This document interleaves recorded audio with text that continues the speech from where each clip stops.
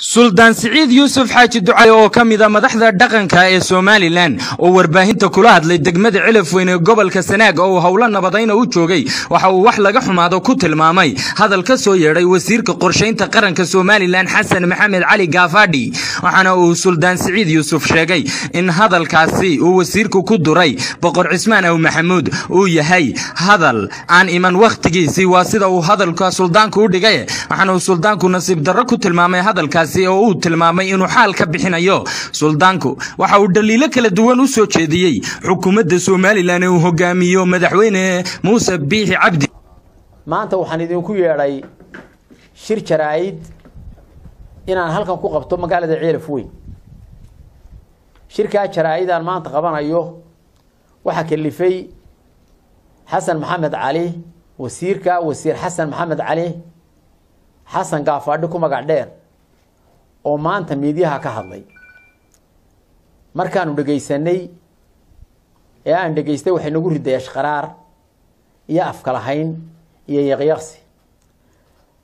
Xasan waa wasiir noogu jira xukuumadda nimanka joogta ee Muuse Biixi wuxuu u jawaabay Boqor Cismaan aw Maxamuud Maxamed hadalkiisa waxa ka muuqatay nin laga dhex hadlayo oo dhoobi ah oo u hadlaya Muuse Biixi Xasan waxaanu ku ogeyn nin tacliin leh oo aqoon leh oo reer adag ka dhashay oo siyaasi ah oo hunguri madaxweyne sita hunguri madaxweyne ka qaba maanta ma aanu moodeen Xasan inuu kursigiisa ku fadhiyo ku adkeysanayo ciidan madax dhaqameedkiisa iyo hanjabaada madax dhaqameedkiisa ma aanu moodeen maanta Xasan waa laga dhaxadlay waxaana caado noqotay wasiiradii Soomaaliland aynu doonayna dalkeena horumar iyo shaqo qaran iyo waxqabad inay dhaliyaan inay u jawaabaan dadkoodii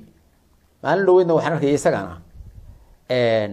boos miro oo wasiirka ciyaaraha iyo dhalinyarada u jawaabaya gudoomiyaha xisbiga Ucud oo af qadaarisna ku hadlayaan arkay waxaan leeyahay marka ugu horeysa Boqor Cismaan aw Maxamuud caydii iyo aflagaadadii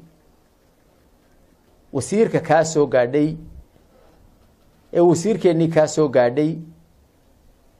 aniga xaalkaasi takele Boqor Cismaan aw Maxamuud wuxuu ku hadlayay afka beeshayada habar jeclo nin iska hadlana ma ahayn raalina waa kaga ahayn wuuna ku saxan yahay hanjabaadii aad Xasan oo tiri wasiir ardulka kaalay oo soo dugo imaaraadka kaalay annaga joogna oo hadda dhulka joogna annagaana ku raacsan hadii ay dhacdo in Mustafa la qabto xildhibaanka la qabto tii uu sheegay baa naga ballan waxay naga tahay hadii la qabto xildhibaanka xasaanada sita ee mu'aamarada loogu sameeyay Ethiopia hadii la qabto ballan bay naga tahay inaanu talaabo cad ka qaadno dhulkana waan joogaa waana adiga maqlaya waxaad sameynayso samay Boqor Cismaan waxaan leeyahay soo bax oo soo duul oo kaalay cidii cirka soo duminaysa ha soo dumiyay bal waxa la qaaday inuu eeginaa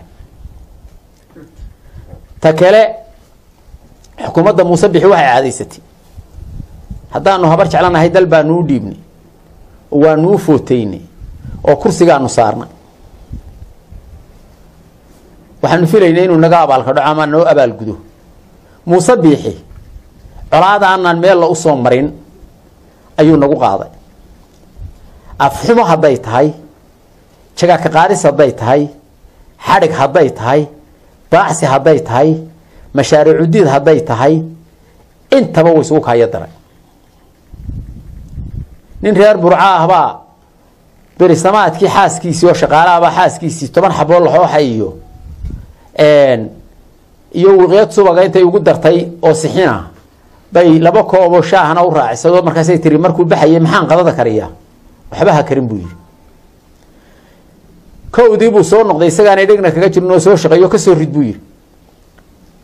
waxay tiri sawtaadi tiri waxba ha karin maana waxba kariyay uu la dagaalamay ninka markuu dhargay ismaan lahayn waad gaajoon doontaa isma lahayn Muuse Biixi markaanu kursiga saarnay ku hubsanay wixii islaha dib dambe u baahan maysid maanta arkay halka ay la marayso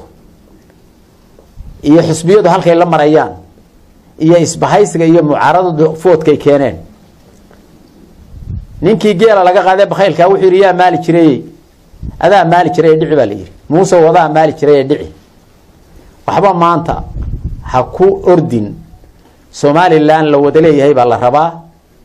ha ku ordino ha ku qaylin fursadihii aad dayacday ee aad tuurtay iyo dadkii aad colaadisay ayaa meesha jooga kuwii baa wada oo dimuqraadiyadoodii iyo adkaysankoodii wada adkayso maanta adigu ta kale waxaan leeyahay xildhibaanada 82 maanta waxa la doonayaa 82 waxa la idinka doonayaa ma aha sidii Xasan Gaafaadh uu sheegay hebel xaguu joogi jiray iyo hebel xaguu joogi jiray waxa la rabaa Somaliland la wada leeyahay iyo maanta yaa isbedel keeni kara Muuse Biixi wuxuu u wataa faratoon anigoo aan caayaynin inuu ka dhamaysto waxa uu doonayo si dalka uu ugu jeheeyo halka uu qabtay iyo wadada qaloocan uu dalka galiyay buu rabaa dadka dhalinyarada iyo dadka maanta la doortay mas'uuliyad baa saaran inay dalka golaha sharci dejintu ay maanta ay u dhiibaan isbahaysiga si transparent la isaga arko si dalka loo badbaadiyo oo aanu kali taliyaha Muuse ku wado aanu noqon Muuse wuxuu doonayaa inuu kali taliye ku noqdo oo uu faratoon sidaas ku wata faratoon aynaga ma istaahilo laakiin maanta isbahaysiga ayaa Somaliland horumarkeeda iyo wax ka qabashadeeda iyo hagideedu ay taagan tahay ninna kama daahna xildhibaanada waxaan leeyahay waxa tihiin maanta siyaasiyiintii dalka waxa tihiin mustaqbalkii dadka waxa tihiin kuwa dadku soo doortay qaarkiina waxay noqonayaan kuwa siyaasadda iyo taariikhda gala qaarkiina waxay noqonayaan kuwa 6 bilood ku dhintay oo la waayo oo la ogaado waxay yihiin bay noqonayaan maanta waxaan leeyahay taariikhda inoo hagaajiya dalkana inoo hagaajiya taladuna waxay ku jirtaa maanta in isbahaysiga maanta si dalku isugu dheelitirmo oo aanu dhinac u lumin maanta waxa la rabaa in maanta isbahaysigu uu qabsado taana dardaaranka waxaan ka oranayaa ma aha caytanka iyo waxa lagu hadlayo iyo Somaliland yaa ahaan jiray iyo Somaliland waxa war Somaliland la wada leeyahay baa la rabaa waa garanaysaan dalkii dadka wuxuu qaban lahaa waa garanaysaan Cali Khaliif waa garanaysaan Professor Ahmed Ismail Samatar waa garanaysaan dadkii rabay inay Somaliland la wada leeyahay ay muuqato halka ay ku dambeeyeen iyo sida ay faleen waa garanaysaan waxaan idin leeyahay miidiyaha waxaan ku soo gaabinayaa maanta hadalkayga waan joognaa dadkaygana waxaan farayaa haddii la waayo dimuqraadiyad ra'yigoo xor ah wax la wada leeyahay oo sidii siyaad bare maanta uu u shaqaynayo Muuse Biixi la isugu hanjabayo waxa la isgeynayaa waa la isxirayaa waa la isqabanayaa oo arkayseen oo lagu caanamaalay oo xildhibaanadii hore ee la xidhayay iyagu xasaanad doola doortay la xidhayaa garanaysaan oo marba dadka meel laga qabanayo garanaysaan dalkan wuxuu wadada saaray wadadii burburka ayuu afka u galiyay waxaan kaloo aan inta ku daraya dalkan madax dhaqameed baa ku soo tabcay Ingiriis iyaga saanta kaga qortay xornimadoonkii iyaga dowladnimada keenay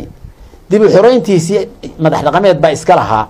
haddii askarta maanta qabsatay isla yihiin madax dhaqameedka maanta agta Mariya ma marin kartaan inamada annaga leh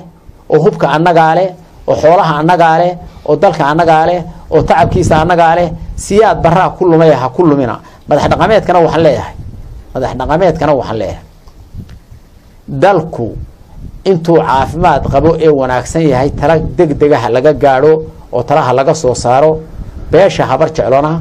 waxaan leeyahay waa arkaysaan waxa dhacaya meel ay joogtaanba waa arkaysaan in dimuqraadiyaddu luntay waxaan idin leeyahay madax dhaqameedkii maanu nahay haddii dalka wanaag lagu wado